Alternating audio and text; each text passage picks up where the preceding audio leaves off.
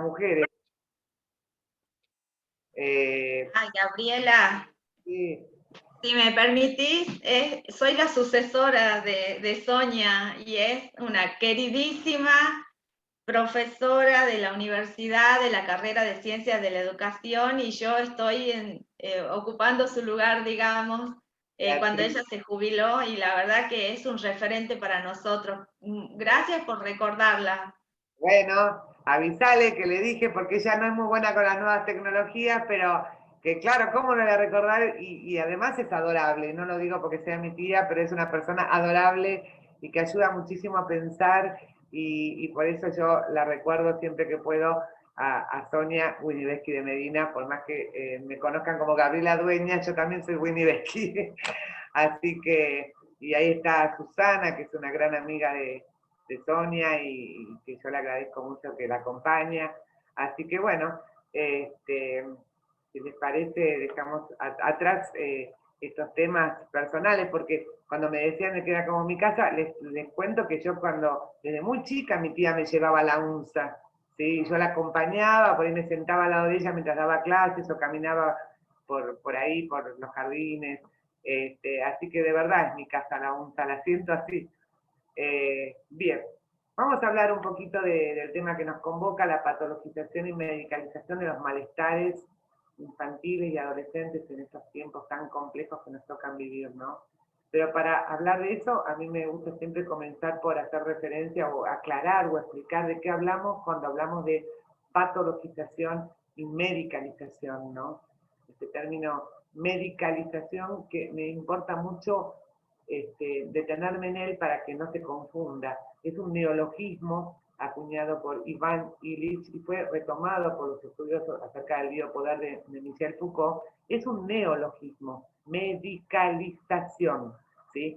Y lo subrayo porque en estos tiempos, a raíz de todas las disputas que se han dado en torno a las vacunas o la pandemia, algunos pueden llegar a creer que los que luchamos contra la medicalización estamos cuestionando, luchando contra la medicina o contra el desarrollo de la industria farmacéutica, y de ninguna manera es así. Estamos totalmente a favor del desarrollo de las ciencias y de la tecnología en el campo de la medicina y de la industria farmacéutica, ¿sí? A lo que hacemos referencia cuando hablamos de la medicalización es a un uso abusivo que se hace de los recursos propios de la medicina para intentar resolver de esa manera problemáticas complejas y de otro orden que no remiten de manera lineal y excluyente a una mirada biologicista y natista como se pretende hacer desde distintos campos de la salud y bajo las lógicas de este neoliberalismo que nos viene colonizando hace ya tantas décadas y que creo que ha estallado últimamente con la pandemia de COVID y con todo lo que estamos viviendo, ¿no? Porque la pandemia se silenció en nuestro país con los incendios y a nivel mundial con una guerra, nada menos. Digo, si no estamos asistiendo a un fin de época que habla de toda una crisis civilizatoria y esto no nos da para pensar, la verdad es que nos vamos a estar perdiendo una gran oportunidad, ¿no? En medio de tanta tragedia. La medicalización forma parte de estos avances neoliberales, ¿no? Porque para este tipo de dispositivos, de procedimientos, los medicamentos no son considerados un bien social, ¿sí? Ni nos piensan a las personas como sujetos de derechos, ¿sí? Para, desde esta perspectiva de la medicalización, el mercado de la industria farmacéutica lo que hace es concebir a los medicamentos como una mercancía, ¿sí? Y a nosotros las personas como clientes. Eh, al mercado de la industria farmacéutica lo que le interesa es hacer dinero con esto, ¿sí? Cuanto más vende lo que produce, más dinero recauda. Yo no sé si ustedes saben, pero la industria farmacéutica compite a nivel mundial con la industria armamentista y la industria del petróleo, ¿sí? No sé si ustedes saben, pero cotizan en bolsa las grandes cadenas de farmacéuticas mundiales. Y también han sabido hacer mucho dinero con esto de las vacunas, ¿no? Porque saben dónde instalarlas y dónde no vale la pena instalarlas porque no son redituables. por eso la pandemia continúa, avanza y avanza, porque hay lugares del mundo, los más pobres, que no tienen recursos para pagar lo que cobran. Bueno, estas lógicas que tienen que ver con el mercado, ¿sí? Acá lo que estamos cuestionando son las lógicas neoliberales para las cuales lo único que importa es hacer dinero. Y para hacer dinero, bueno, en este caso producen medicamentos, es decir, necesitan tener cada vez más clientes. Para tener más clientes no tienen más remedio que fabricar, inventar enfermedades. Y ustedes dirán, ¿cómo es esto de inventar enfermedades? Sí, inventar enfermedades, y a esto alude la palabra patologización, ¿sí? Que viene de patos, de enfermedad. Patologizar es enfermar al otro, a los otros, incluso enfermarnos a nosotros mismos bajo estas lógicas. Y para, por ahí, que resulte un poco más claro de cómo es que proceden a hacer esto, a mí me gusta compararlo con lo que sucede con la industria armamentista, ¿sí? Que también lo que busca es hacer dinero, y para hacer dinero tiene que vender lo que produce. ¿Y qué produce la industria armamentista? Armamentos. Y para poder vender cada vez más armamentos, ¿qué es lo que hace? Fogonea, promueve guerras, ¿sí? Las inventa o las produce o promueve a partir de conflictos que hay entre naciones o entre comunidades o hacia el interior de las comunidades. Promueve, las exacerba a tal punto que estallan en guerras para las cuales obviamente se comienzan a consumir armamentos. Bueno, un poco de la misma manera procede la industria farmacéutica, ¿sí? Capitaliza situaciones problemáticas propias de la vida, muchas de ellas, algunas propias de situaciones críticas y debidas a una serie de variables y determinantes psicosociales, las capitaliza para transformarlas, metamorfosearlas, digo yo, en enfermedades supuestamente de origen neurológico y genético, ¿sí? Digo supuestamente y subrayo esto último porque esto es lo que vemos sobre todo en el campo de la salud mental, ¿sí?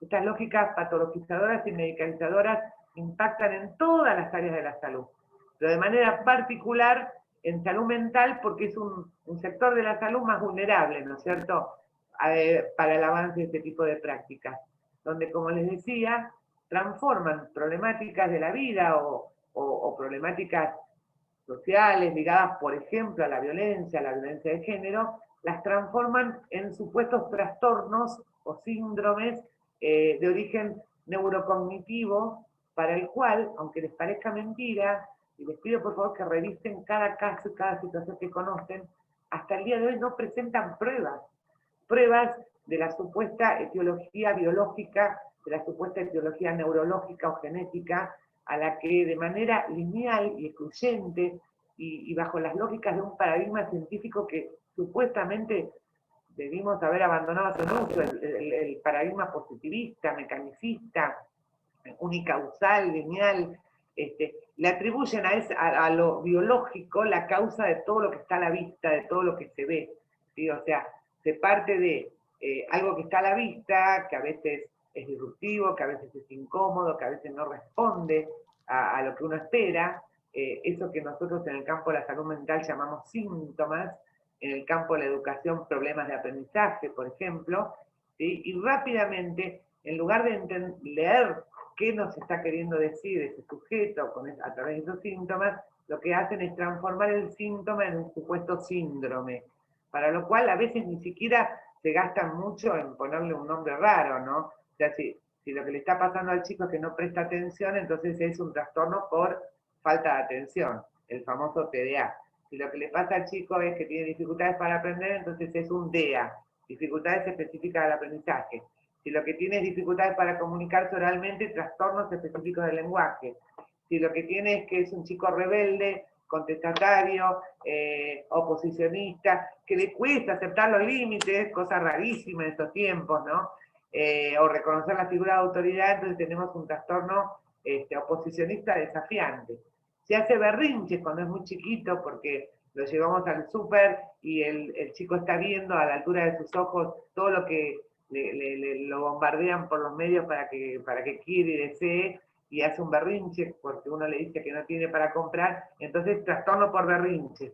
Y así podemos seguir enumerando trastornos que, como les decía, ni siquiera a la hora de escribirlos y editarlos en estos famosos manuales como el DSM, en cualquiera de sus versiones, que es el manual, ¿no?, de psiquiatría, que desde los Estados Unidos y en inglés nos han instalado a nivel mundial, por lo menos en Occidente, como una especie de Biblia para los trabajadores de la salud, salud mental, nos instalan esta idea de que, como llevan el nombre de trastornos, un síntoma, o sea, un síntoma, yo quiero por ahí tratar de ser más gráfica, hay un ruido ahí de Erika, me parece, del micrófono de Erika. Un síntoma, por ejemplo, para que entiendan cómo es que se procede a transformar en enfermedad un síntoma y a inventar enfermedades, como decimos ahí en un sitio con León Benazayán. Ustedes saben, por ejemplo, que perfectamente que la fiebre es un síntoma, ¿sí? Entonces, cuando uno está con fiebre y tiene durante varios días, suele ir a un médico para preguntarle a qué se debe la fiebre. Entonces, el médico, que supone que aplica ciencias, nos puede llegar a tomar la fiebre y decirnos que tenemos 38 grados 7. Bueno, le ponen un y con esto uno se siente como que hay un avance científico sobre ese malestar que nos genera la fiebre. Ahora, ¿qué nos pasaría si ese médico, luego de haberla medido a la fiebre, y no lo digo por casualidad, porque esto del uso del lenguaje parece ser algo particularmente necesario en esto de mostrar como científico, aquello que por ahí... Disculpen, hay alguien que tiene un micrófono prendido. Erika se llama. Te voy a pedir, Beatriz, que lo apagues, porque yo ahora ya no soy operador, entonces no puedo hacerlo. Claro, porque el operador puede silenciar esta. Sí, porque es difícil ir hilando lo que uno va diciendo con ruido. Bueno, discúlpenme, yo les decía, bueno, ¿qué nos pasaría a nosotros si vamos al médico con fiebre o llevamos a nuestro hijo y el médico le toma la fiebre y dice, sí señora, su hijo tiene 38 grados 7 de fiebre? Ah, qué bien, doctor, qué preciso, ¿no? Esto de los 38, 7 de fiebre. ¿Y a qué se debe, doctor? Entonces el doctor me dice, y bueno, mire señora, esto se debe a que su hijo padece de un trastorno o un síndrome febril. No me diga, doctor, ¿cuál sería la causa? Dígame, señora, ¿usted alguna vez tuvo fiebre en su vida? Y la verdad que sí, el padre también. Antecedentes familiares, y sí, los tíos, los primos, los abuelos, todos han tenido alguna vez fiebre. Es genético, ¿sí? O sea, su hijo padece de un trastorno genético además, y con esto de genético no es una ingenuidad, ¿no? Lo que hacen este tipo de operaciones impulsadas por el mercado de la industria farmacéutica es instalar la idea de la cronicidad, ¿sí? Y esto de la cronicidad no es un asunto menor, porque para este mercado de la industria farmacéutica, nosotros las personas no les importamos como sujetos de derecho a la salud, sino que no les interesamos ni vivos ni muertos. A ellos les servimos enfermos y crónicos, ¿sí? Por eso esto de apelar permanentemente a la supuesta genética en el origen de nuestras problemáticas no es una ingenuidad, ni en los alcances que tiene, ni en las implicancias ideológicas que esto tiene, de que está todo determinado genéticamente, al punto de llegar a sostener, por ejemplo, ya que estamos en la Facultad de Ciencias de la Educación, en el caso de las dificultades específicas del aprendizaje, que la dislexia, ¿sí?, sería de origen genético. Esto lo escuché yo yendo a discutir en el Congreso de la Nación en contra de la ley de dislexia que salió finalmente avalada e impulsada por las asociaciones de padres de chicos disléxicos que iban impulsados y promovidos y de la mano de fundaciones como INECO, ¿sí?, en donde sostenían incluso que la dislexia podía remitir, porque además siempre se barajan con hipótesis, eso al pie de página del DSM lo ponen, a una supuesta anomalía en el cromosoma 15, y yo tenía al lado mío una genetista que no podía creer lo que estaba escuchando. Y la verdad es que yo no vengo del campo de la biología ni de la genética, pero vengo del campo de las humanidades, de la educación, de la psicología, y si hay algo que sabemos todos, es que la lectoescritura es un constructo sociocultural, absolutamente sociocultural.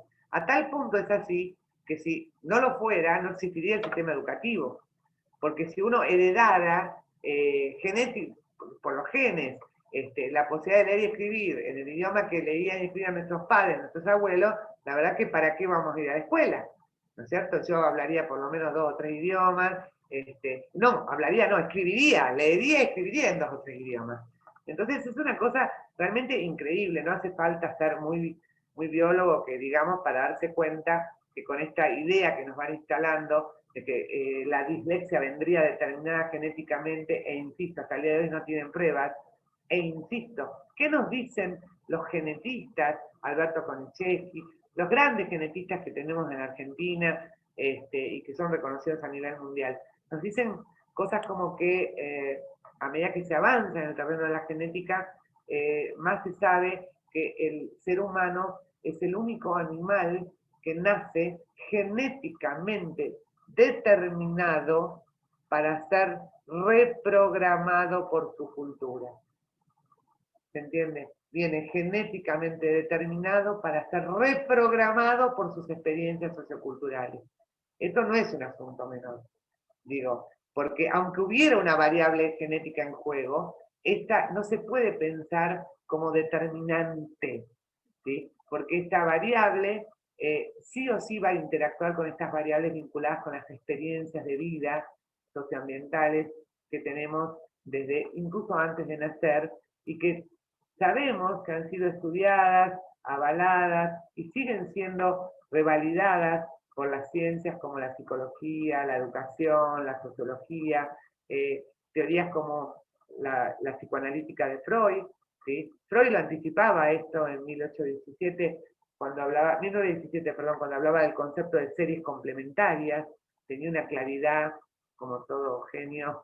El concepto de series complementarias es un concepto que anticipaba este paradigma de la complejidad al que hoy adhieren las ciencias en serio, ¿sí? Y dejando atrás ese paradigma positivista unicausal que nos proponía Augusto Comte allá con la llegada de la modernidad, pero que luego se descubrió que, bueno, que había que superarlo, ¿no? Sin embargo, hoy aparecen, reeditados de nuevos avances en el campo de las ciencias, discursos como los que sostienen algunos sectores de las neurociencias, como muy progre, muy avanzados, y que van a contramano porque, como les decía, se sesgan en relación a las explicaciones con un marcado y llamativo sesgo biologicista e innatista.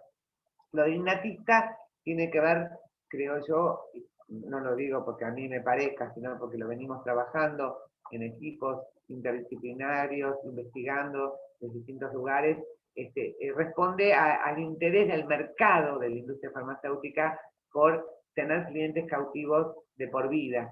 Y con esto de lo innato, lo que hacen es activar en el imaginario colectivo de las personas la idea de que lo que viene genéticamente determinado no se puede modificar, y por lo tanto lo único que se puede hacer es tratar de paliar un poco las dificultades apelando a psicofármacos, a drogas psicoactivas, porque estamos hablando del campo de la salud mental como ejemplo. Esto lo hacen en otras áreas también, pero yo me especializo en este terreno, ¿no? De modo tal que, bueno, como les contaba, llegan a sostener que la dislexia es de origen genética, y yo me preguntaba, ya cuando discutía el tema con los legisladores, cuando salió la ley de dislexia en el 2016, creo que fue, ¿dónde estaba la ganancia en la industria farmacéutica? Porque en el proyecto de ley, y cuando describían la dislexia, no hablaban de la necesidad de un tratamiento con medicamentos precisos, ¿no? Y ahí, bueno, ahí me surgió una pregunta que me generó una serie también de recorridos que me llevaron a la ADD, al trastorno por déficit atencional, que nosotros lo hemos identificado como que fue la punta de lanza con la que avanzó esta problemática de la patologización y la medicalización en el terreno de las infancias y adolescencias, utilizando como pista de aterrizaje al sistema educativo, ¿no? porque ellos asocian la dislexia casi como una comorbilidad del ADD.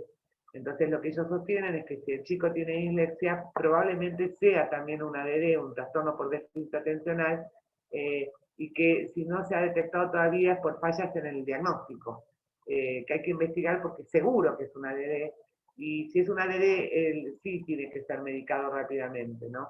Entonces ahí con el ADD, que llegó a nuestro país y a la región a finales de los 90, lograron aterrizar, el mercado de la industria logró hacer, y sigue facturando muchísimo dinero a partir de la administración del metilfenidato, cuyo nombre comercial más conocido es Ritalina, ¿sí? Pero también lo pueden conocer con el nombre de Concerta, Recip. Metilfenidato, que es una droga que, para que ustedes tengan una idea, prima hermana de las anfetaminas, ya se usaba en el país en la década de los 60 porque efectivamente produce por un efecto paradojal que las personas se hiperconcentren más allá de su voluntad, pero que se había dejado de usar por los efectos secundarios que producía, sobre todo en el sistema circulatorio. Se había prohibido aquí, en otros países del mundo, y claro, la industria farmacéutica se ve mucho metilfenidato sin vender, y de ahí que decidieron, ya sin ningún tipo de pudor, ni de cuidado, ni de ética, porque siempre con los niños y niñas se tuvo cierta prudencia, decidieron avanzar sobre la población infantil a partir de la invención del trastorno por déficit atencional. A ver, cualquiera que alguna vez haya pisado una escuela, es decir, todos nosotros, aunque sea como alumnos, sabemos perfectamente que la atención, el prestar atención, es el tema de la educación. Lograr que los chicos nos presten atención ha permitido desarrollar ciencias como la didáctica, ¿no? Que se ocupan justamente de eso. Cómo hacer para que el chico preste atención a lo largo de todo lo que nosotros entendemos como un proceso de enseñanza. Y ese es justamente el gran desafío de los docentes, del sistema educativo. El desafío que hoy está sumamente interpelado, porque han cambiado las condiciones culturales en las que se desarrollaron los principios de la didáctica, que aún hoy en día se sigue enseñando en los profesorados, en las universidades, y hay que pensar en otras estrategias didácticas. ¿Por qué? Porque quienes son nuestros educandos, en realidad tienen nuevas formas de prestar atención, nuevas formas de procesar cognitivamente la información, y esto tiene que ver con justamente el contexto en el que nos toca vivir, ¿no? Y acá voy a hacer referencia, como lo estaba haciendo en forma informal en el comienzo de la charla, a las nuevas tecnologías informáticas de la comunicación. Estas nuevas tecnologías que llegaron a finales de los 90 y que las famosas TICs, tan cuestionadas, tan criticadas, pero la verdad es que si tomamos un poquito de distancia, tenemos que reconocer que llegaron, nos gusten o no nos gusten, y llegaron para quedarse. Y ni hablar con lo sucedido ante la pandemia. O sea, la única manera de hacerlas desaparecer es inventando la máquina del tiempo y volviendo a la década de los 20 o antes, porque ya están y no las podemos negar. Entonces, más vale que nos amiguemos, que veamos de qué se tratan, porque las nuevas generaciones que nacen, desde muy temprana edad entran en contacto con estas nuevas tecnologías, desarrollando, como les decía recién, nuevas formas, nuevas modalidades de funcionamiento cognitivo, que si nosotros, quienes nos ocupamos de educarlos, o nos ocupamos de ver qué les pasa cuando presentan problemas en los aprendizajes, no lo tenemos en cuenta, le vamos a terminar siendo funcionales al mercado de la industria farmacéutica cuando nos habla del aumento, del incremento llamativo de niños con trastornos para prestar atención, cuando en realidad por ahí el tema sería preguntarse si acaso no se trata de inadecuaciones entre las propuestas didácticas, las formas en que se enseña, las condiciones en que se dan clases y, o sea, lo que yo llamo la cultura de la escuela y las características de quienes las transitan y habitan, ¿no? Yo hablo siempre de que existe como un abismo cultural entre escuelas que son modelo siglo XIX, con docentes modelo siglo XX y estudiantes modelo siglo XXI. O sea, cualquiera sabe que acá se produce una brecha un abismo cultural que va a dar lugar a la emergencia de problemáticas diversas, entre otras, y primero y antes que nada, a estas famosas dificultades para que los chicos presten atención. Prestar atención a cambio de qué. ¿Qué me está ofreciendo una docente cuando pretende que escriba con lapicera con cartucho y en letra cursiva, ¿sí? En segundo grado, en hojas con ojarillos, como si viviéramos en el siglo pasado, ¿sí? Recuerden todos que cuando uno, para desear aprender, el niño lo que hace es generalmente desear querer ser más grande y mirar a su entorno, a los adultos significativos de su entorno con quienes identificarse, ¿no? Y cualquiera que levanta la vista y mire a su alrededor no va a encontrar una lapicera y menos con cartucho, salvo que esté en una escuela. Fuera de una escuela, incluso fuera de la primaria ya no se encuentran.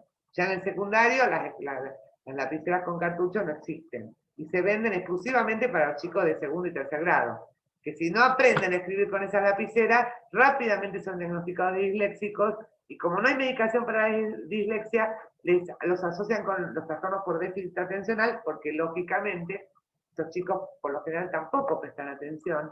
Digo, yo a veces me pongo en el lugar de ellos y digo, ¿qué me pasaría a mí si me obligaran a aprender a escribir con tinta china y a que escriba con tinta china en pergaminos? No sé, que tome nota en clase de una clase que a mí sí me interesa, pero que me están obligando a hacerlo en tinta china. Realmente creo que lo primero que me pasaría es que mi atención dejaría de estar puesta en el contenido de la clase para dirigirla hacia a estos instrumentos con los que yo no estoy familiarizada, ¿no? De hecho, una de las cosas que uno ve entre los chicos cuando se les da la famosa lapicera con cartucho es que juegan a ver a qué se puede jugar, apuntan, tiran, hacen como si fueran flechas, se manchan con los cartuchos, y bueno, a partir de ahí se hace el diagnóstico de dislexia, trastorno oposicionista desafiante, trastorno por déficit atencional, y con todos estos diagnósticos se cita a los padres y se los deriva a consulta neurológica rápidamente, ¿sí? Porque ahí vemos cómo se asocia lo que es el mercado de la industria farmacéutica con el poder médico hegemónico. En este caso, de la mano de los neurólogos y de los psiquiatras. Sobre todo en la Argentina se neurologizó el problema, porque la Argentina era un país que tenía una cultura vasta en psicoanálisis, muy importante, y a raíz de esta cultura psicoanalítica que estaba muy impregnada en la población, la gente le tenía cierta cosita al tema de los psicofármacos, de manera particular con los chicos no, con los chicos psicofármacos no. Entonces, al neurologizar, ¿sí? Este avance, el psicoanálisis jamás puso reparos en todo lo que sea, bueno, la necesidad de recibir medicamentos cuando uno tiene un problema neurológico. ¿No? Si uno tiene una lesión cerebral, un tumor que requiere una determinada medicación, bienvenida sea. O sea, queda claro que nosotros no estamos cuestionando a los medicamentos ni a los remedios, a los cuales consideramos realmente un bien social.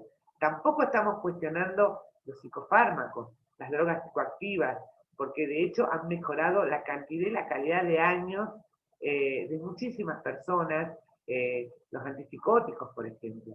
Lo que nosotros estamos cuestionando es el uso mercantilizado que se hace de ellos, ¿sí? Al servicio no del derecho a la salud del otro, sino al servicio de los intereses del mercado.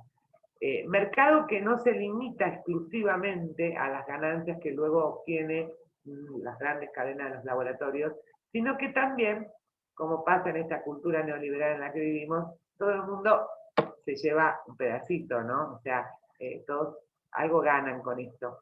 Digo esto porque en el campo de la medicalización de las infancias y adolescencias y de la salud mental en general, una vez que se transforma un síntoma o una problemática en un supuesto trastorno neurológico y de origen genético, y además no quiero abandonar el tema de lo neurológico, señalando que tampoco presentan pruebas hasta el día de hoy de ningún tipo, ni por imágenes, ni de laboratorio, de ningún tipo que permita corroborar a ciencia cierta, ven acá está el problema, hay una lesión en el lóbulo parietal. No se presenta. De hecho, para hacer estos diagnósticos famosos de TDA, de DEA, de trastorno posicionista desafiante, de TGD, de TEA, el famoso trastorno espectro autista, etcétera, etcétera, etcétera. Para todos ellos, lo primero que se hace es la derivación al neurólogo, que lo primero que hace para poder emitir el diagnóstico es poner examen neurológico normal, normal. Y dice esto porque si no fuera normal y tuviera alguna lesión, algún problema neurológico, entonces no sería un TGD, no sería un TEA, no sería un disléxico. Para que lo sea, el examen neurológico tiene que decir normal. Digo, esta es una gran contradicción que yo les pido a todos los que trabajamos en el campo de la salud, salud mental, de educación, no abandonemos nuestro pensamiento crítico, revisemos cuando nos llega de la mano del poder médico que describía tanto Foucault, ¿no? De la mano del jefe de la tribu, la orden de que este chico tiene una enfermedad genética, neurológica y de origen genético. Bueno, sin pruebas a ciencia cierta hasta el día de hoy, a pesar que se insiste con que esto es lo más avanzado de la ciencia, y cuando uno revisa los fundamentos, revisa las producciones, los papers que presentan siempre en inglés, además, porque como ellos dicen, hoy la ciencia se escribe en inglés y se factura en Wall Street. Cuando lo hacen, además, ponen al pie de página, ¿no? Que hasta el día de hoy no han encontrado, no han podido corroborar estas causas de origen biológico, pero que las siguen buscando y que no se han podido corroborar, pero están seguros de que existen y que las dificultades se deben a limitaciones del campo de la medicina, de la tecnología médica. O sea, que avanzan en base a hipótesis, empastillando a la población, ¿sí? Y lo hacen desde temprana edad. Por eso les interesó tanto a la población infantil y este tipo de trastornos como el ADD, el TGD, el TEA, la dislexia, porque la detección temprana de este tipo de trastornos que son un invento, lo que permite es sumar al mercado desde muy temprana edad, ¿sí? Y de por vida, con la hipótesis de que es genético, y de por vida a las personas, o sea, tenerlos como clientes rehenes de por vida a chicos desde los 2, 3 años que les hacen diagnósticos de este tipo, cuando bien sabemos todos nosotros, ya sea desde el psicoanálisis como desde Piaget. Piaget siempre nos dijo que la inteligencia no viene dada, se construye, las funciones cognitivas pasa lo mismo. Vygotsky, todos los grandes que conocemos hasta el día de hoy insisten en esto y no ha habido ninguna investigación que lo contradiga. O sea, y sin embargo no dudamos nosotros en recibir estos diagnósticos que hablan de deficiencias neurocognitivas de origen genético, como si el psiquismo, la subjetividad, como si la inteligencia, las funciones cognitivas estuvieran determinadas del nacimiento. Entonces, si de verdad pensamos así, por favor, seamos coherentes y tiremos a la basura a Freud, a Piaget, a Vygotsky, todos los autores que leemos y estudiamos y que repetimos y que nadie cuestiona, pero después en las prácticas hacemos exactamente lo contrario, porque nos tragamos el verso de que este chico vino con un retardo madurativo, otro diagnóstico de moda del DSM. ¿De qué estamos hablando cuando hablamos de retardo madurativo? ¿Que son manzanas que hay que ponerse al sol para que maduren? ¿De qué hablamos cuando hablamos de desarrollo? Hablamos de madurar. ¿Madurar qué? ¿Sí? ¿Acaso no lo pensamos en términos de construcción y en procesos complejos de construcción donde intervienen de manera dialéctica y compleja una serie de variables, donde no descartamos lo biológico, porque sería ridículo descartar lo biológico? Como también es necio y es también un error gravísimo caer en el psicologicismo, ¿sí? A partir del cual se psicopatologiza, ¿sí? Es volver a recordar que el paradigma actual de las ciencias nos convoca a pensar desde lo complejo, desde la complejidad. Es decir, todas las variables, lo bio, lo psico y lo social, interactuando de manera dialéctica. Entonces, cualquier discurso que nos vengan a vender, ¿sí?, que apelen solo a una variable como determinante, hay que sospechar de eso. Hay que sospechar como uno sospecha cuando escucha a los terraplanistas hablando que la Tierra es plana y decir, bueno, para eso volvamos a la Edad Media.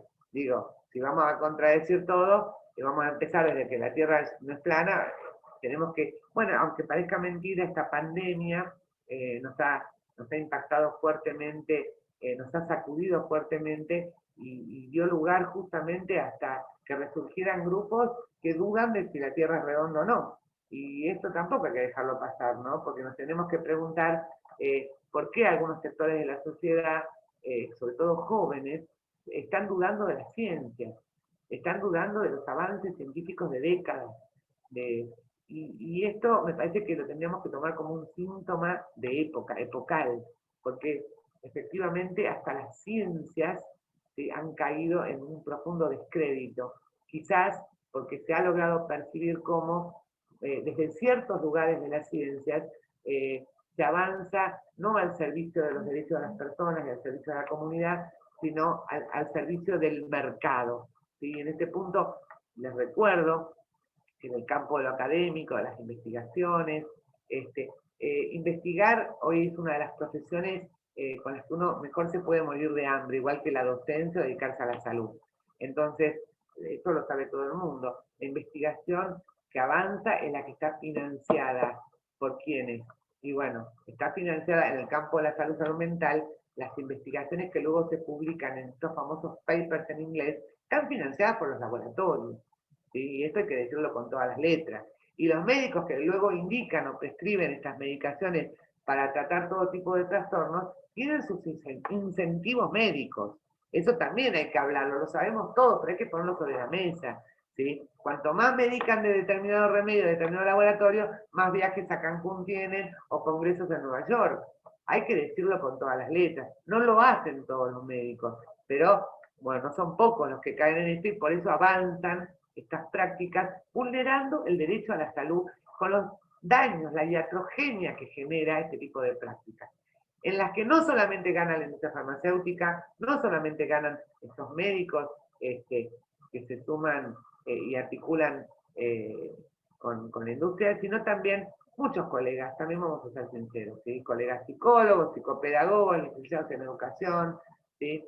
No son pocos los que se quedan fuera del negocio, porque una vez que se identifica un pibe con un trastorno mental y se le pone el rótulo, y a partir de ahí se le manda a tramitar el certificado de discapacidad y luego, como dice un colega, marcha con fritas. ¿Vieron como en los automac sale el combo con fritas? Entonces sale con la medicación y de la mano de la medicación con la indicación de realizar tratamientos multidisciplinarios, así se los llama, y yo prefiero llamarlos multitudinarios, que no bajan de 15 sesiones semanales para chiquitos de 5, 6, 7, 10, 15 años, no importa, 15 sesiones semanales, 3 de psicopedagoga para que les reeduque el pensamiento, 3 de psicólogas para que les rehabilite las habilidades sociales, otras 3 más de fonoaudiólogos para que les reprogramen el lenguaje, 3 más de terapistas ocupacionales que ahora están de moda para rehabilitarles la sensopercepción, y el resto para psicomotricistas para regularles la impulsividad, como si se trataran de computadoras que hay que reprogramar, rehabilitar, y eso responde al viejo modelo, ligado al modelo médico hegemónico, rehabilitador, reeducador, en materia de educación, ya que estamos en la facultad en la universidad, en la Facultad de Ciencias de Educación, nos remite al conductismo. A ver, esto de las neurociencias actuales es un neoconductismo. No hacen mucha diferencia de lo que decían Watson y Skinner.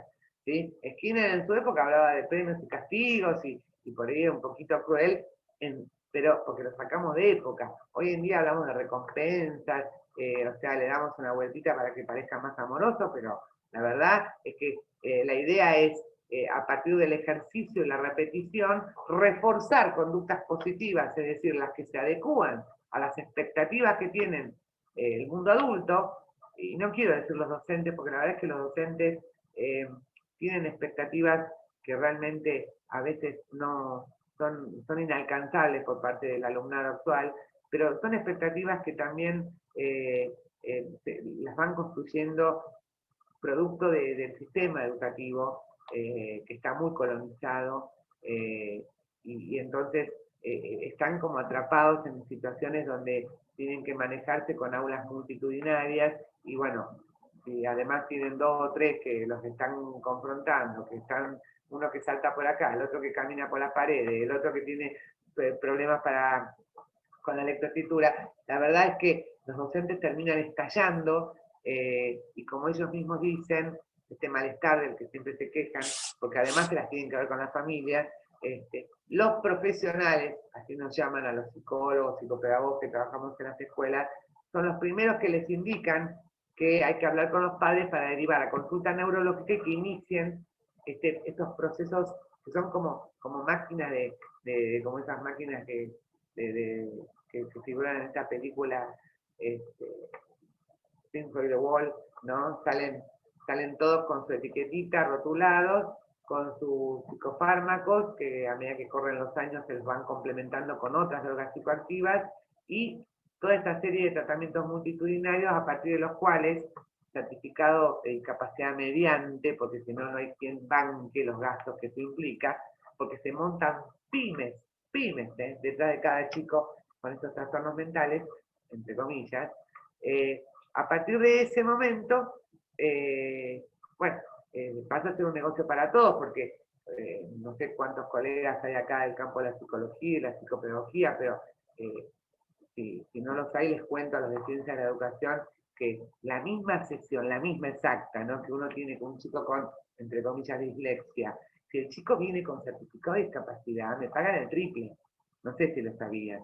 Por eso es que a mí me conviene que Juancito se saque el certificado de discapacidad. Y también le conviene a la psicóloga, y también a la terapista ocupacional. Además que si no se lo saca, no hay forma de cómo hacemos entender al sistema de salud, que es el que paga, con dinero que en realidad es del Estado, porque no lo pagan ni las obras sociales ni las prepagas. Con el certificado de discapacidad, todo el gasto se deriva a este fondo subsidiario, que es para otro tipo de cosas que debiera estar reservado para el gasto que generan enfermedades poco frecuentes o casos excepcionales.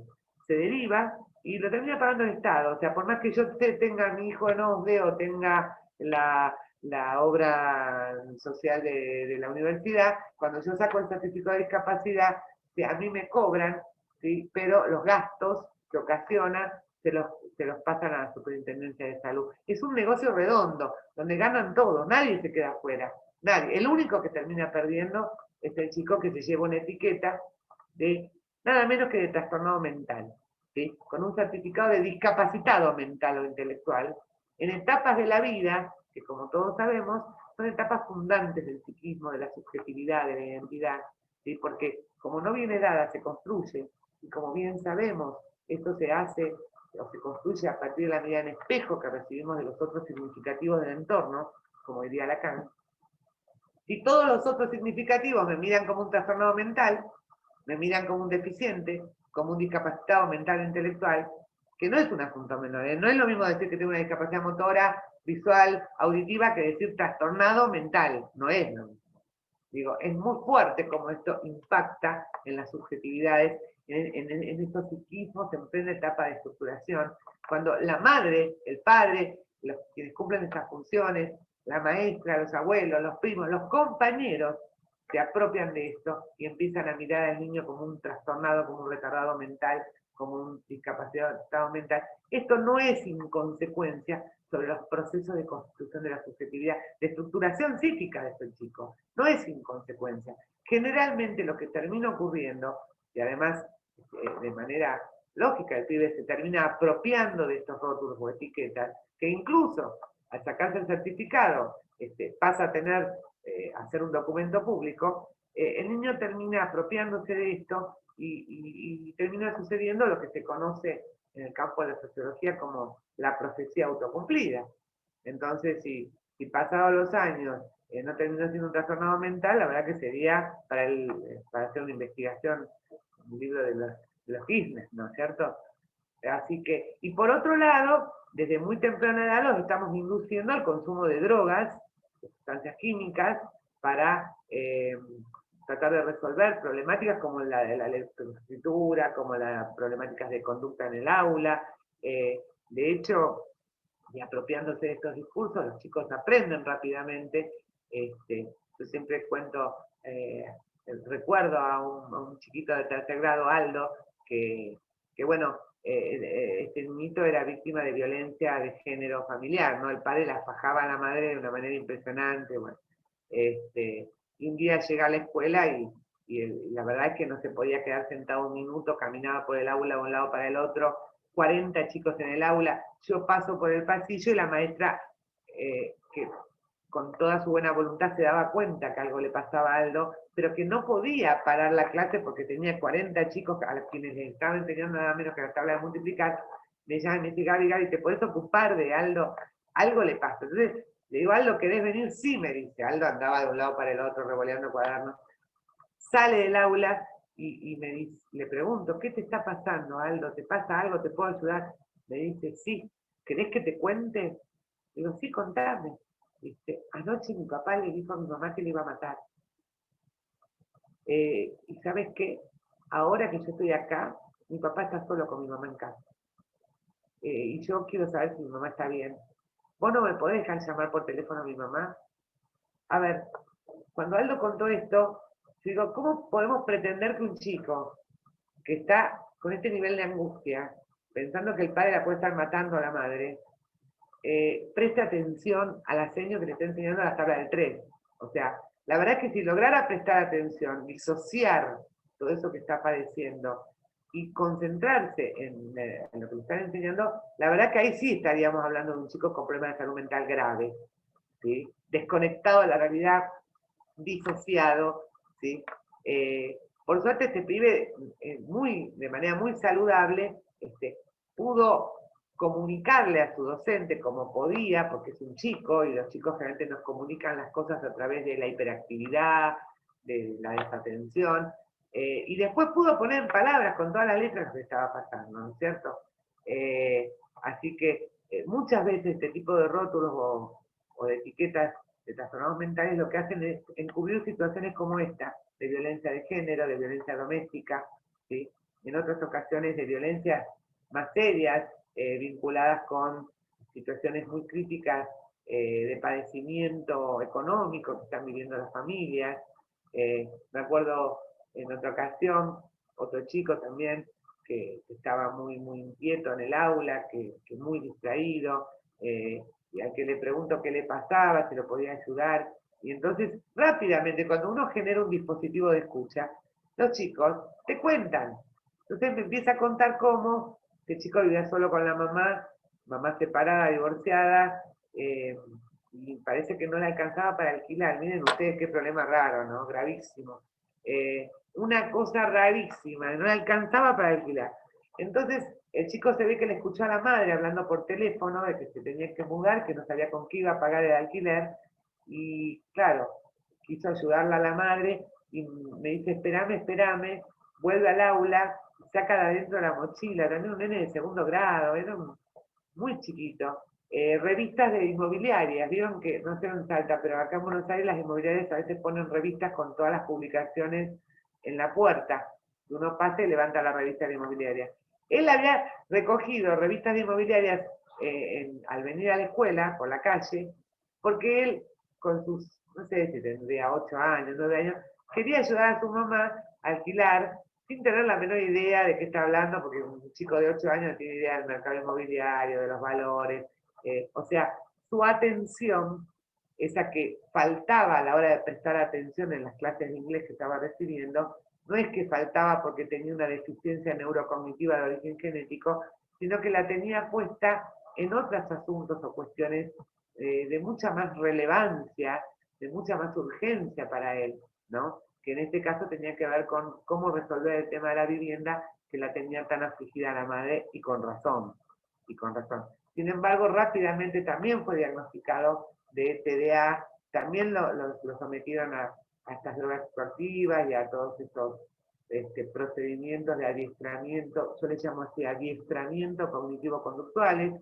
Rápidamente también nos vinieron a decir a la escuela que necesitaban de todo un andamiaje de adecuaciones curriculares para promover la inclusión de este niño con trastorno mental y bla, bla, bla, y ahí aparece otra cosa que bueno, que a veces resulta hasta a veces genera disgusto cuando se habla de este tema, pero también se ha montado en torno a las famosas adecuaciones e inclusiones escolares, verdaderas pymes, ¿sí? Que ingresan a las escuelas con el propósito de integrar, y lo que terminan haciendo muchas veces es desintegrando, porque ya desde el vamos, aparecen como una prótesis que vienen desde fuera del sistema educativo, y a partir de empresas, pequeñas pymes también, muchas de ellas con colegas psicopedagogas que la verdad que facturan muy bien con esto que han inventado,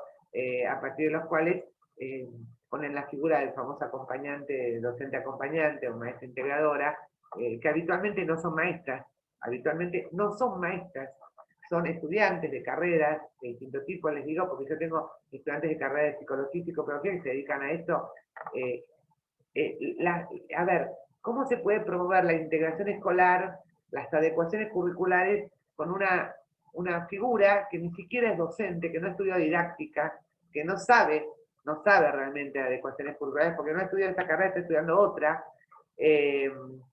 y además tampoco forma parte del plantel docente de la escuela, viene, como les decía, desde afuera, a modo de prótesis, insertada desde el campo de la salud, no forma parte la propia docente del plantel docente, pero sin embargo pretende colaborar en la integración de ese chico o en la inclusión de ese chico de una manera a veces termina generando exactamente lo opuesto, porque además también hay que poner sobre la mesa y decir la verdad, el trabajo de esta profesional, que muchas veces me cuentan a mí muchos estudiantes que hacen esta tarea, estudiantes de carreras de psicología, de psicopedagogía, de trabajo social, que además ni siquiera le pagan como una docente, porque un 10% más se lo queda a la empresa esta que terciariza, ¿sí?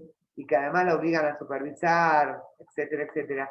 O sea que ni siquiera le pagan lo que corresponde a la persona que va y pone el cuerpo ahí, que como les decía, no es maestra, no forma parte del plantel docente de la escuela, y que terminan respondiendo, porque cuando uno trabaja responde a quien le paga el sueldo, ¿no? Así de corta es, fácil.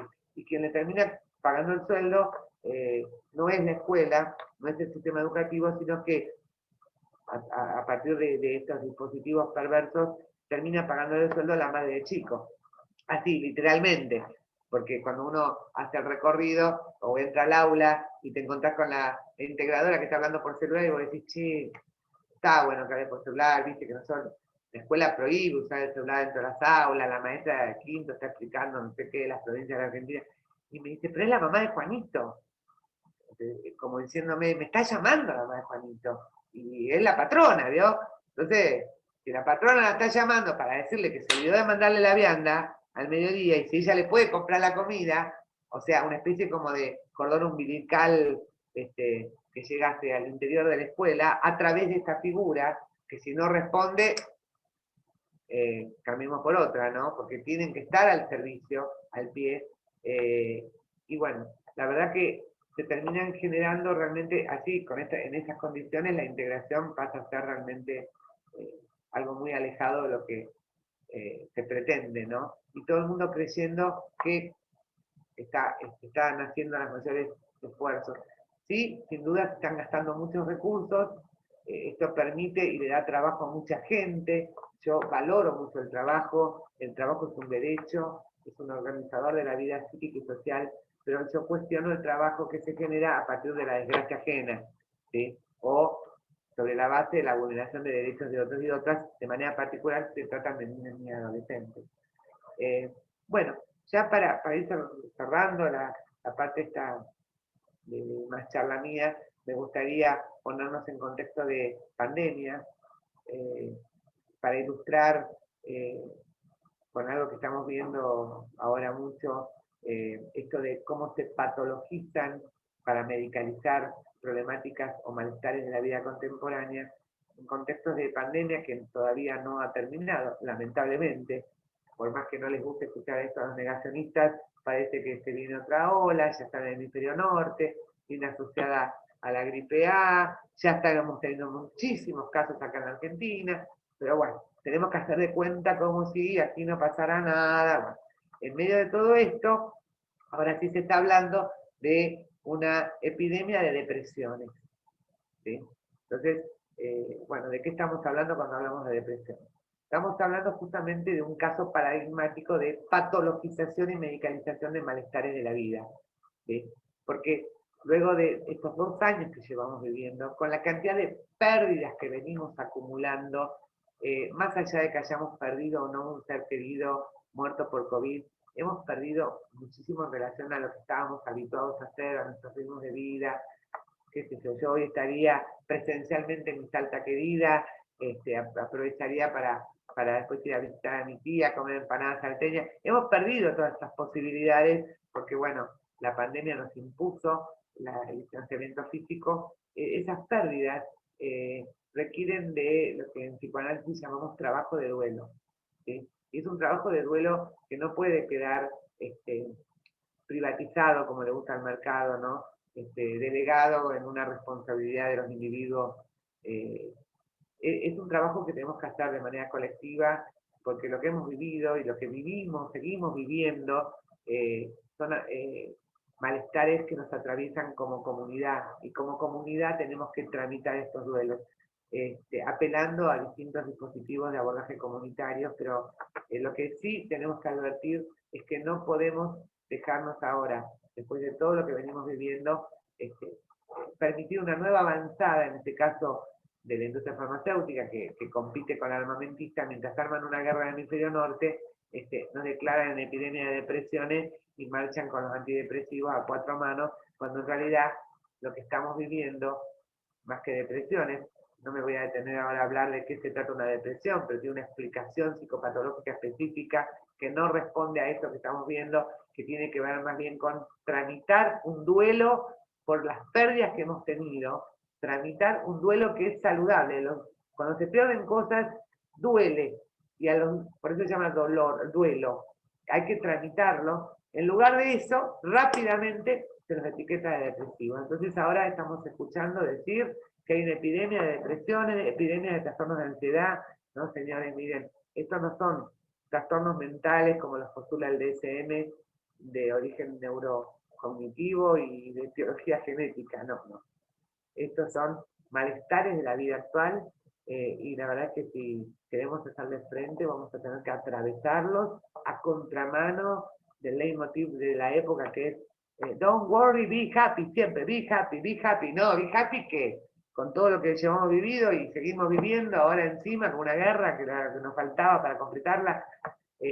La verdad es que el poder apelar un poco al pensamiento crítico y darnos un tiempo como comunidad para poder charlar esto en las aulas, en los espacios donde estemos compartiendo con otros, espacios virtuales, y decir, no dejemos que avancen con estas etiquetas de depresiones, de trastornos de ansiedad, ¿sí? Esto se llama tristeza, pérdidas, hay que duelar esto, hay que hacerlo en forma colectiva. Y justo me acaba de entrar estas novedades que llegan permanentemente por internet, que me dicen que el ministro de Salud de la Nación pide, por favor, que no dejen los barbijos, por favor, porque se viene la 4ª ola acá en Argentina, y no hemos tomado conciencia. De hecho ya llegó la encubierta con gripe A encima, que ya sabíamos que estaba en el hemisferio norte, pero esta furor que tenemos por volver a la normalidad que nos llevó a esto, porque recuerden que hemos llegado a la pandemia, a esta guerra mundial, etcétera, producto de una historia, ¿no? Y si nosotros volvemos para atrás y hacemos el mismo recorrido, vamos a volver a desembocar en lo mismo. O sea, no hay mucha vuelta que darle. Si uno agarra por un camino, qué sé yo, a nosotros acá en Buenos Aires siempre decimos, si agarramos la ruta 2 de Buenos Aires hacia el sur, vamos a terminar en Mar del Plata. La ruta 2 desemboca en Mar del Plata. Bueno, si la recorremos 800 veces y hacemos exactamente el mismo camino, vamos a terminar las 800 veces en Mar del Plata. Bueno, si volvemos a la famosa normalidad y seguimos haciendo lo mismo que hicimos antes, vamos a terminar seguramente en otra pandemia, o esta pandemia no va a terminar más, y las crisis no van a terminar más, porque hay unos pocos en el mundo que se benefician, y mucho, de industria armamentista, industria farmacéutica, ¿sí? Con la desgracia de muchos, para quienes nosotros no valemos la pena, porque no somos pensados como sujetos de derechos, sino como clientes, ¿sí? A quienes vendrán lo que ellos producen. Bueno, si te parece, Ivana, hablé mucho y quieren hacer alguna pregunta. No, la verdad que, bueno, ha sido fantástico tu desarrollo, la verdad que nos has presentado un cuadro de situación clarísimo y detallado sobre la problemática de la medicalización compulsiva, diría yo, agrego yo, en dirección a los niños y también a los adolescentes, adultos, digamos, sin una valoración adecuada, ¿verdad? Solo a los fines de un interés económico del mercado. Me pareció sumamente interesante esta revalorización que vos hacés al último de recuperar los dispositivos de escucha, que eso es fundamental, digamos, en la medida en que las instituciones, esos ejemplos que vos has dado tan maravillosos, digamos, que se trata de escuchar al otro, digamos, el problema es que... Ivana, sí. A propósito, cuando hablamos de infancias, esto de escuchar al otro, a veces es escuchar a través de sus conductas, de sus juegos, ¿sí? Ese chico que camina por las paredes nos está diciendo algo, ¿sí? Cuando hablamos de dispositivos de escucha, y los adultos también, porque hoy la palabra está muy interdictada, o sea, está muy obstruida, o sea, hablar. Entonces, un adulto que abusa del consumo de sustancias, un adulto que no para de ir y venir, nos está diciendo algo. Estos son síntomas, ¿sí? Síntomas de malestares que no tenemos que caer en esta trampa que nos genera el neoliberalismo de creernos que son problemas particulares, privados de las personas. No hay que privatizar todo, ¿sí? Hay cosas que no se privatizan, se encarnan en los sujetos, pero no son privadas. Por ejemplo, la violencia de género, por ejemplo, la crisis económica, por ejemplo, los padecimientos de la pandemia, por ejemplo, los padecimientos de la guerra, de los incendios, etcétera, ¿no? Sí, y lo otro además que quería decir, perdóname Ivana, es que yo quiero dejar bien claro, ¿no? Medicalizar es hacer uso con criterios mercantiles de los remedios, ¿sí? No estamos cuestionando el uso de los medicamentos, quiero que quede bien claro, porque yo soy pro vacuna, pro remedio cuando hay que darlos, y inclusive en el campo de los psicofármacos, como dice Juan Bassen siempre, cuando no hay otro remedio, y bueno, hay que apelar a un psicofármaco, gracias a Dios que existen. Eso que quede bien claro. El tema es el abuso que se hace pensando en la facturación, no pensando en el sujeto, en el bienestar del sujeto.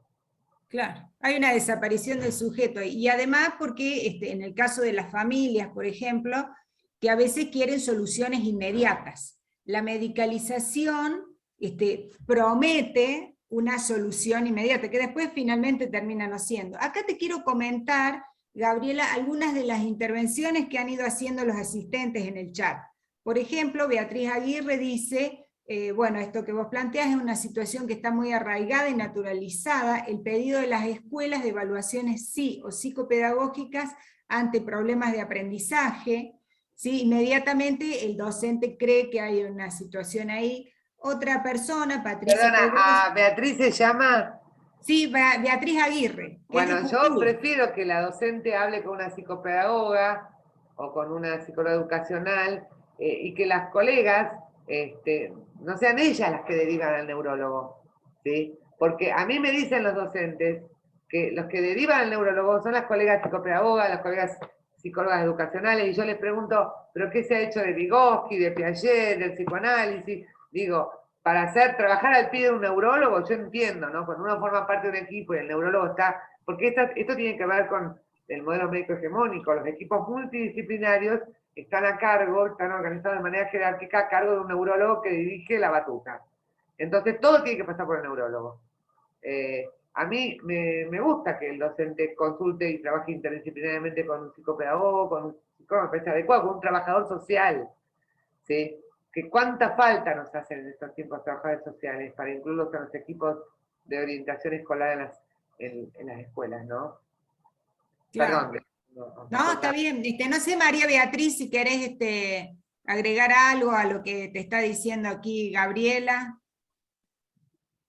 Bueno, no, parece que no está. Bueno, después, por ejemplo, acá Patricia Pedrosa plantea que en algunas instituciones educativas comienzan a utilizar tablas y valoraciones de predictores de lectoescritura y clasifican a sus alumnos... En sala de 3, ¿eh? Sala de 3. Así que, ¿saben qué? Yo le diría a todos los que están estudiando psicología, educación, que como le dije a un alumno no hace mucho, yo no sé para qué estudiamos todo esto. Ahora tendríamos que ir todos a estudiar neurología, ¿vieron? Porque la verdad es que parece ser que la influencia de los factores y las variables psicosociales, culturales, económicas, eso no tiene nada que ver, nada que ver. Miren, yo les cuento algo, volviendo al tema de la pandemia, porque yo les trato de poner... Hoy estamos viendo en nivel inicial, por ejemplo, que los chicos están dibujando la figura humana con mucha frecuencia, sobre todo el año pasado, ¿no? Con tapada, tachada la nariz y la boca. Algo que para los que conocemos de niños y de dibujos de la infancia, psicopedagogos, psicólogos, sabíamos que era un indicador de decir, epa, ¿qué está pasando con este chico que tacha la nariz y la boca? Uy, algo grave. Bueno, si lo ponemos en contexto de pandemia, resulta que estos niños de la pandemia se han apropiado del barbijo y lo reflejan en sus dibujos de la figura humana, ¿no? ¿Por qué digo esto? Porque si no rápidamente transformamos en enfermedades situaciones y cosas que tienen que ver con los contextos de vida y el impacto que tiene lo que sucede, ¿sí?, en el entorno, en la estructuración psíquica, en la construcción, hasta del esquema corporal, ¿sí? Esto no es secundario, no por favor que no nos vendan el verso de el determinismo biológico innatista, porque vamos a terminar como los nazis. La verdad es que vamos a terminar como los nazis, que para ellos todo estaba determinado biológicamente, o como Lombroso, que en función de los rasgos biológicos de alguien te puede decir si era o no un delincuente. Sí. Estos son los alcances e implicancias ideológicos, políticos, económicos y éticos que hay que tener, visibilizar. ¿Qué es esto de estas miradas de semejante sesgo biologicista e innatista que no tienen pudor de salir a decir lo que dicen? ¿Sí?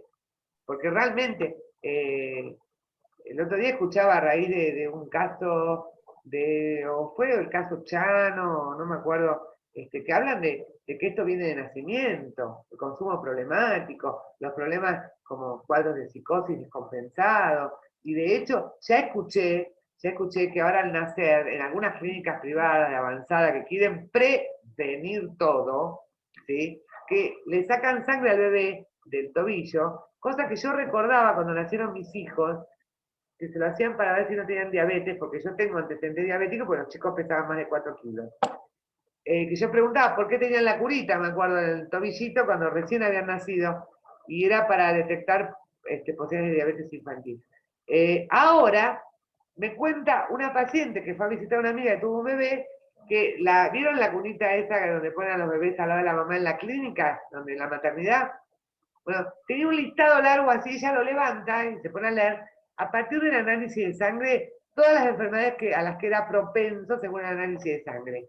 En el listado figuraba esquizofrenia, por ejemplo.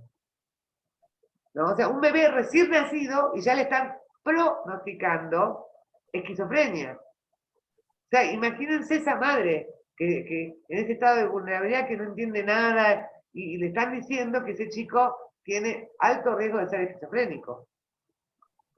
Digo, porque entre la prevención, el riesgo, ¿sí?, y la profecía autocumplida hay un paso. Hay un paso. Detectar dislexia a los 3 años, es lo que dice la ley de dificultades específicas de aprendizaje. Que no sé si no... Yo también estuve colaborando para la legislatura de Salta cuando replicaron la ley en Salta. Que al final no me acuerdo si salió o no, pero buscamos los mismos argumentos que usamos en Nación para hacer pensar en Salta. Porque la detección de la dislexia, como me están escuchando, yo no explico qué es dislexia, porque se supone que ustedes saben, ¿no? Son de ciencia de educación. Que se detecten en sala de 3, miren, la verdad, es increíble. Es increíble.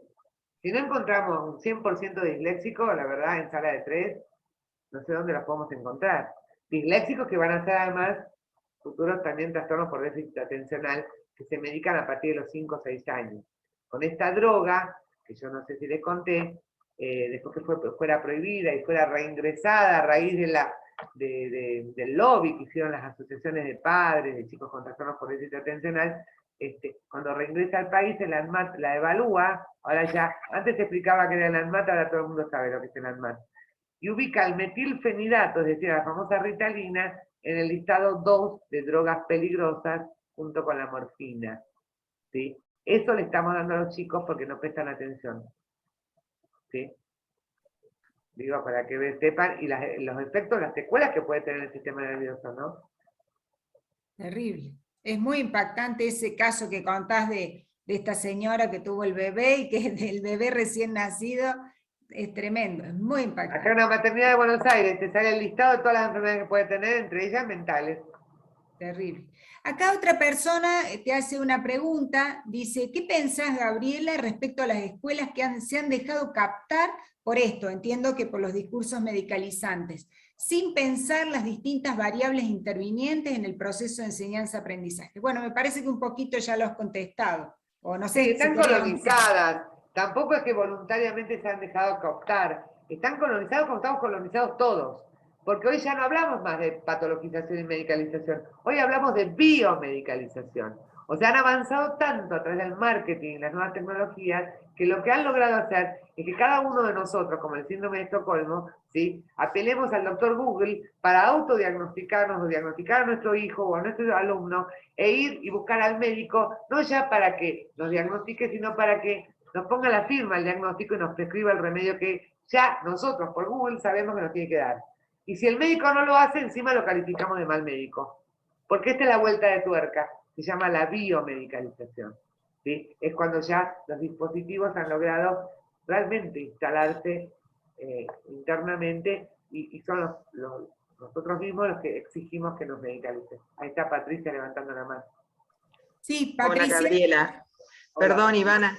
Era yo, ¿cómo estás, Gabriela? Era yo la que, todos los comentarios, porque lo que me pasa en la realidad en Salta, trabajando en la clínica psicopedagógica, es que en los últimos años, si bien venimos con esto que vos venís explicando, en los últimos, te diría, 2 años, un año antes de la pandemia, lo que escucho trabajando con los docentes o con los equipos, en realidad orientador, que eso es lo que más me preocupa, es, estos son los predictores, esto es lo que ya implica tal cosa, y este niño no es eficiente en sus adquisiciones, digamos. Estamos ya absolutamente captados por una cuestión productiva, ¿no? Totalmente.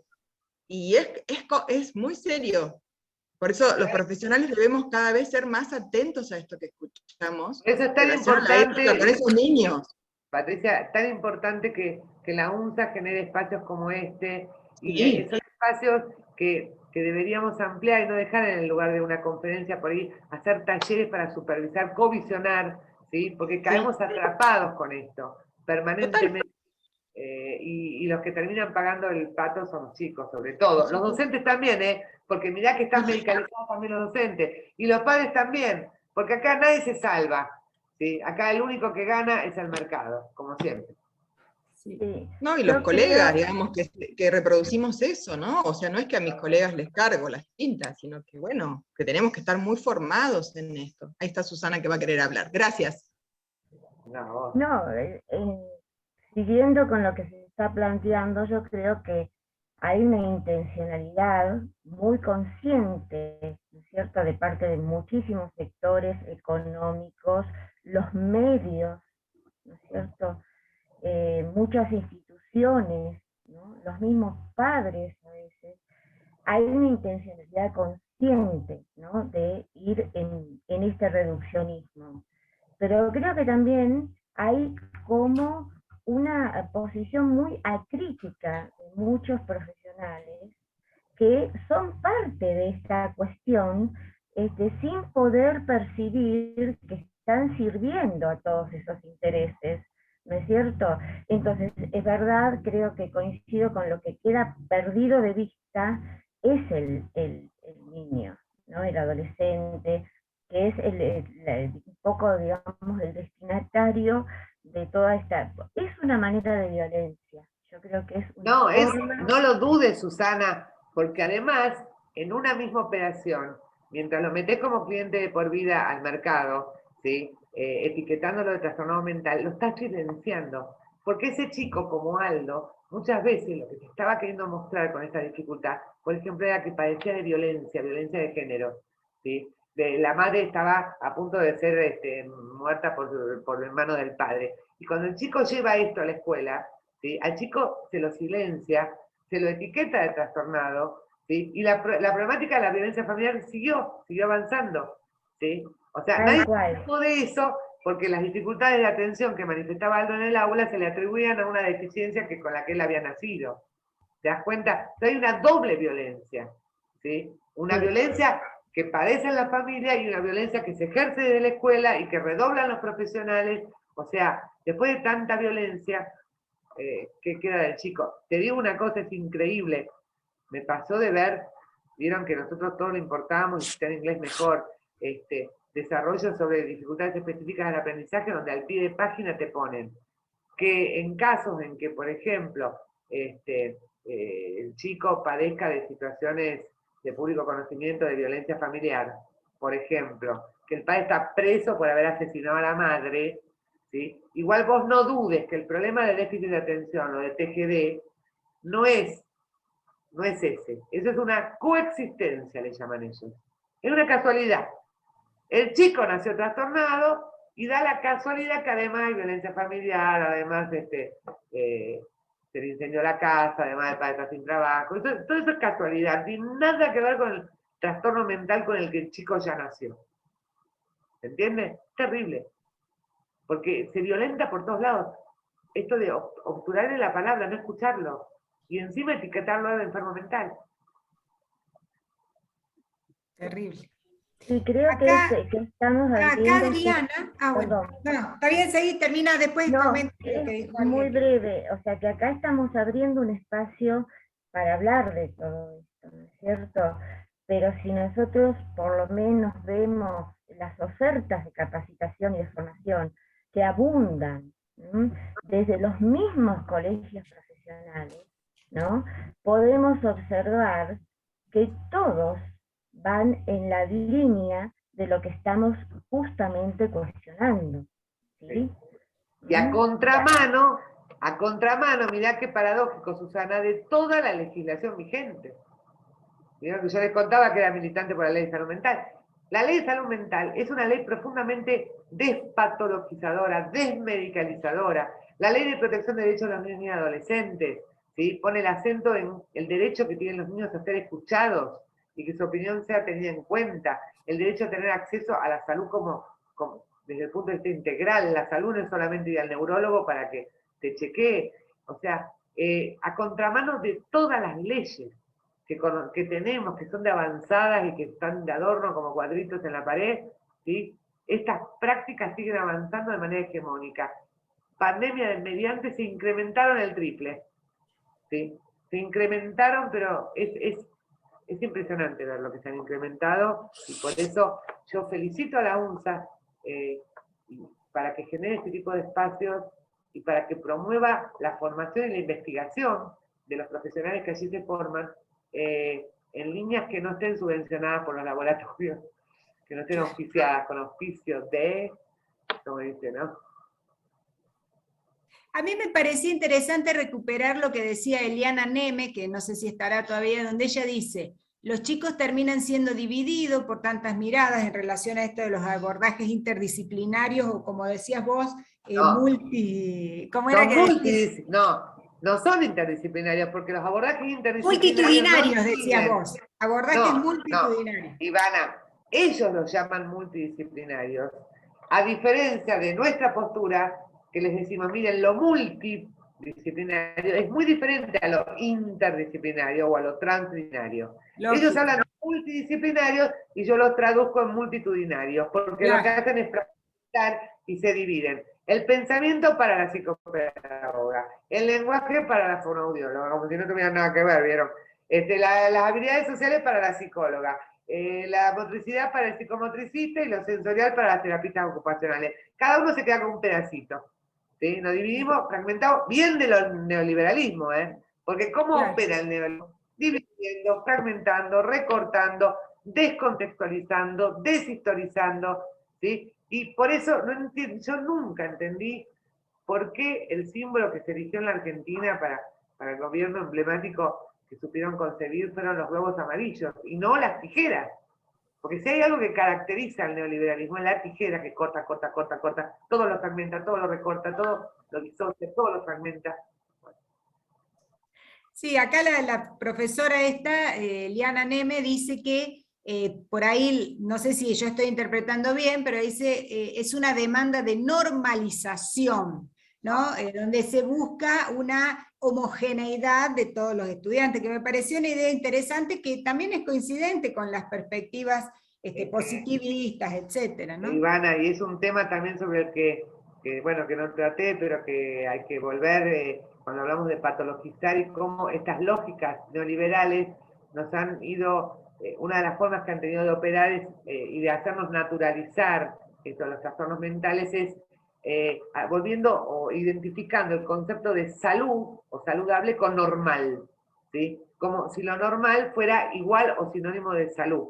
En realidad el concepto de normalidad o la norma viene del campo de la estadística, ¿sí? De la frecuencia estadística. Lo traspolaron al campo de la salud y al campo de la educación, y con esto de que si estás alejado de la norma, de lo esperable, sos un anormal, con las implicancias que esto tiene, anormal, ¿sí? Por eso, esto de la normalidad y la normatización, que por eso tenemos más estudiado en el campo de la educación que de la salud mental, es lo que se ha instalado y se ha naturalizado, a tal punto que ahora, por ejemplo, después de todo lo que llevamos viviendo, hay una insistencia en los discursos de todo el mundo, porque acá ya no se diferencian por partidos políticos, en que hay que volver y retornar a la normalidad lo antes posible, ¿sí? Y dicen la nueva normalidad. ¿A qué le llaman la nueva normalidad? ¿A qué normalidad tenemos que retornar lo antes posible? Y si retornamos y retomamos ese camino a la ruta 2 que yo les contaba, ¿no? Rumbo al sur desde Buenos Aires, ¿a dónde vamos a llegar de nuevo? En no mucho tiempo. ¿Por qué esta idea, esta insistencia de la normalidad, ¿sí? Que está tan instalada, ¿sí? Como sinónimo de lo saludable, ¿no? Lo normal es que la gente hoy se está empastillando más que nunca con drogas legales, si puede, sino con ilegales, con alcohol, ¿sí? Eso es lo normal estadísticamente, así que dentro de poco vamos a poder decir que es muy saludable, bueno, de hecho en la vida cotidiana ya se ve, es muy saludable, más que saludable emborracharse, alcoholizarse, desde muy temprana edad, ¿no? Y de esto no hablamos, ¿no? De los problemas del alcoholismo, para soportar la vida. Bueno. Bueno, ¿alguien más que quiera comentar o preguntar algo a Gabriela? Aquí, de los presentes. Bueno, si no, no queda más que agradecerte infinitamente, nos dejas pensando para seguir pensando y elaborando y pensar propuestas, y bueno, en cualquier momento te vamos a estar consultando y haciendo alguna otra invitación.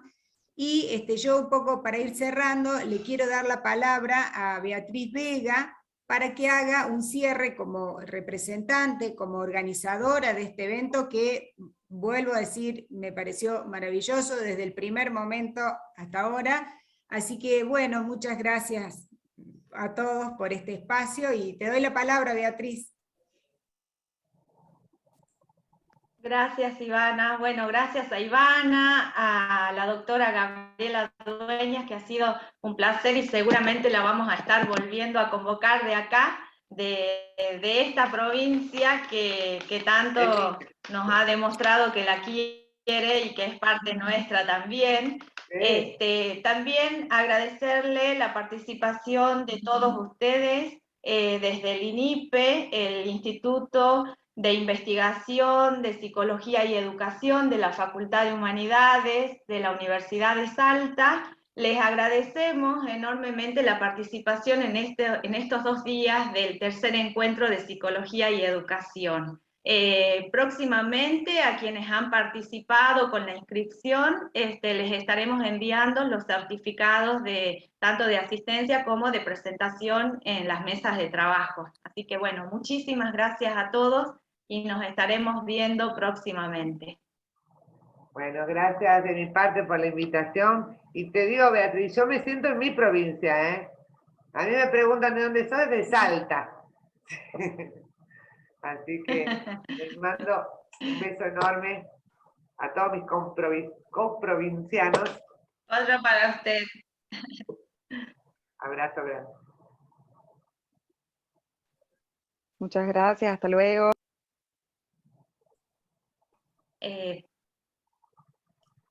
Sí, Beatriz.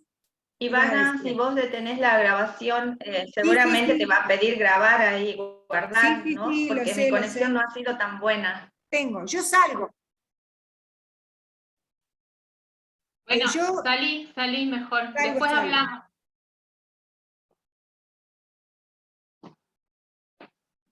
Ahí está.